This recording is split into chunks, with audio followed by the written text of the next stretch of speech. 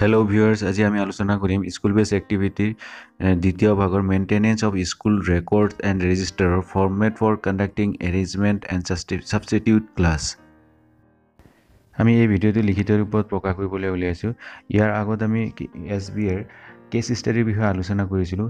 যদি আপোনালোকে আমাৰ সেই ভিডিঅ'টি চোৱা নাই, আমাৰ চেনেলটি ছাবস্ক্ৰাইব কৰক আৰু এই ভিডিঅ'টি চাই লওক আৰু লগতে আপোনালোকৰ বন্ধুবৰ্গৰ সৈতে আমাৰ চেনেলটি শ্বেয়াৰ কৰক। নতুন ভিডিঅ'ৰ আপডেট পাবলৈ বেল আইকনটি প্ৰেছ কৰক। এতিয়া হওক আগুৱাই যাওঁ আজিৰ আলোচনাৰ বিষয়বস্তুলৈ।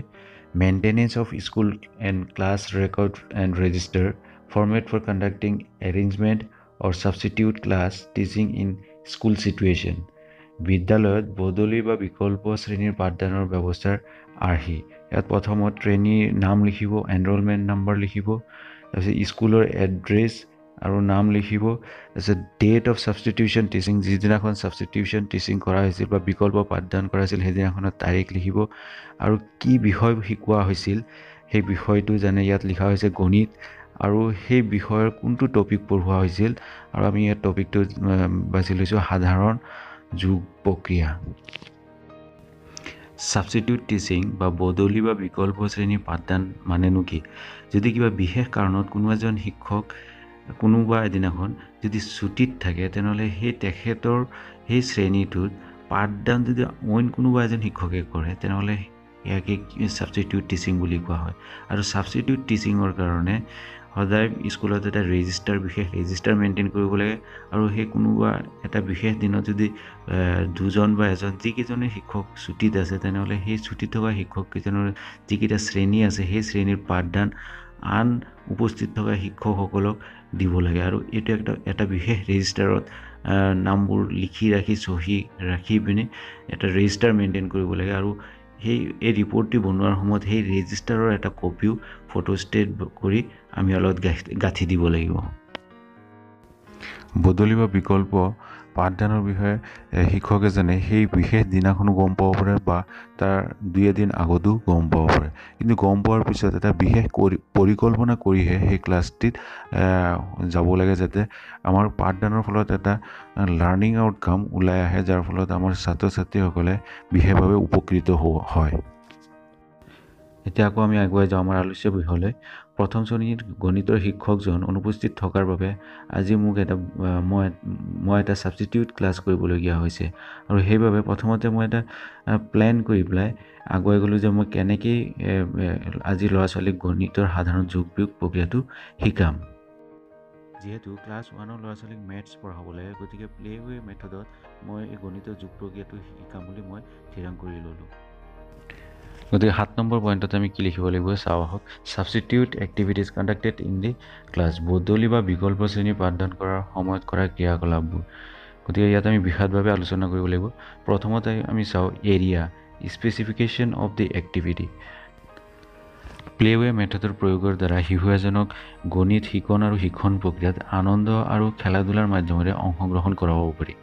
যিবোৰ শিশুৱে যোগ প্ৰক্ৰিয়াটো সহজে বুজি নাপায় সেইসকল শিশুৱেও এই পদ্ধতিত সহজে যোগ বিয়োগ প্ৰক্ৰিয়াটো বুজি পায়। এই পদ্ধতিত আহৰণ কৰা জ্ঞান স্থায়ী হয় আৰু শিশুৱে বৰ আনন্দ আৰু আগ্ৰহেৰে বুজিবলৈ চেষ্টা কৰে। দ্বিতীয় পইণ্টটো হৈছে process or method of activity conducted, শিক্ষণ আৰু শিক্ষণ প্ৰক্ৰিয়াত ব্যৱহাৰ হোৱা পদ্ধতিবোৰ। এই ভাগত আমি পাঠদানত কৰা বিভিন্ন ধৰণৰ ক্ৰিয়াকলাপৰ বিশদভাৱে আলোচনা কৰিব লাগিব। যেনে আজি প্ৰথম শ্ৰেণীৰ গণিত বিষয়ৰ শিক্ষক ছুটিত থকাৰ বাবে তেওঁৰ সলনি মই পাঠদান কৰিবলগা হ'ল। শ্ৰেণীলৈ যোৱাৰ আগত এটি পাঠ পৰিকল্পনা কৰিছিলোঁ।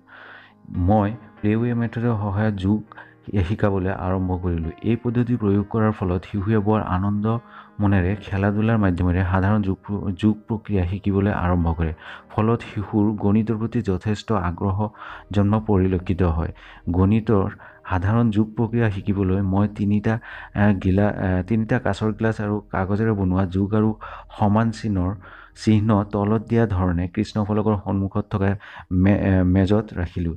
এতিয়া প্ৰথমটোত এটা কলম শিশু এজনক থ'বলৈ দিয়া হ'ল আন এজনক দ্বিতীয় ক্লাছত তেওঁৰ কলমটো থ'বলৈ কোৱা হ'ল। এই মূৰ্তক ধাৰণাৰ দ্বাৰা শিশুসকলে বুজি পালে যে 1+1 = 2 হয়।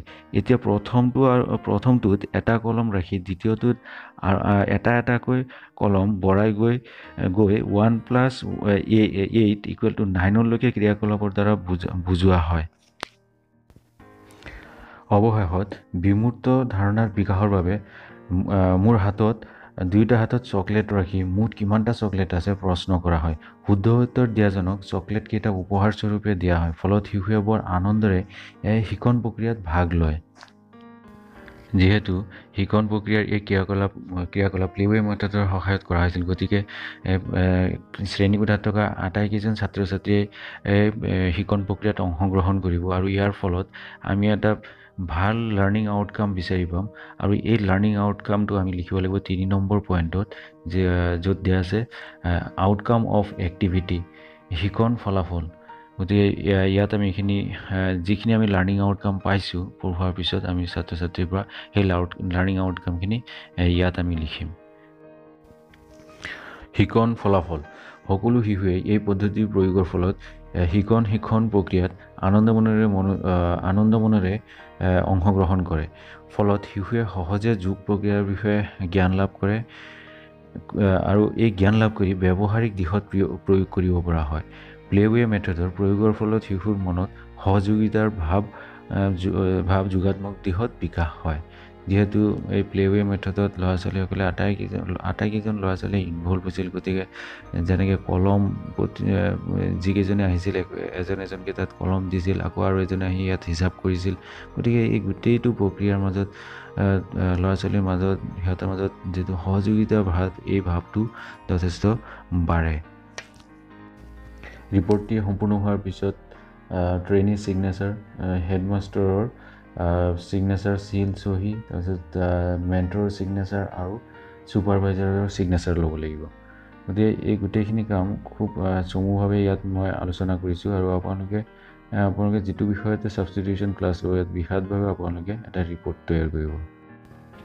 পৰৱৰ্তী ভিডিঅ'ত আমি format schedule for assessment of library, laboratory, sports resources by teachers training এই বিষয়ে আলোচনা কৰিম।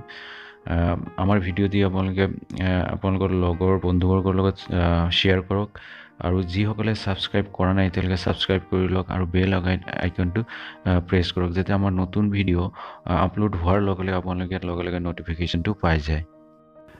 আপোনালোকৰ জ্ঞাতাৰ্থে আৰু এটি কথা জনাই থওঁ, ইতিমধ্যে 504ৰ কেইবাটাও ভিডিঅ' আমি মুকলি কৰিছোঁ। ইয়াৰ ভিতৰত কিছুদিন আগত এটি ভিডিঅ' মুকলি কৰা হৈছে, যিটো 504ৰ এছাইনমেণ্ট 1ৰ 4টা প্ৰশ্নৰ ওপৰত আমি লিখিতভাৱে আৰু বিশদভাৱে আলোচনা কৰিছোঁ। আপোনালোকে আমাৰ চেনেলটি ছাবস্ক্ৰাইব কৰক আৰু আমাৰ চেনেলৰ প্লে'লিষ্টলৈ যাওক আৰু তাত আমাৰ 504ৰ এই ভিডিঅ'বোৰ বিচাৰি পাব। ধন্যবাদ।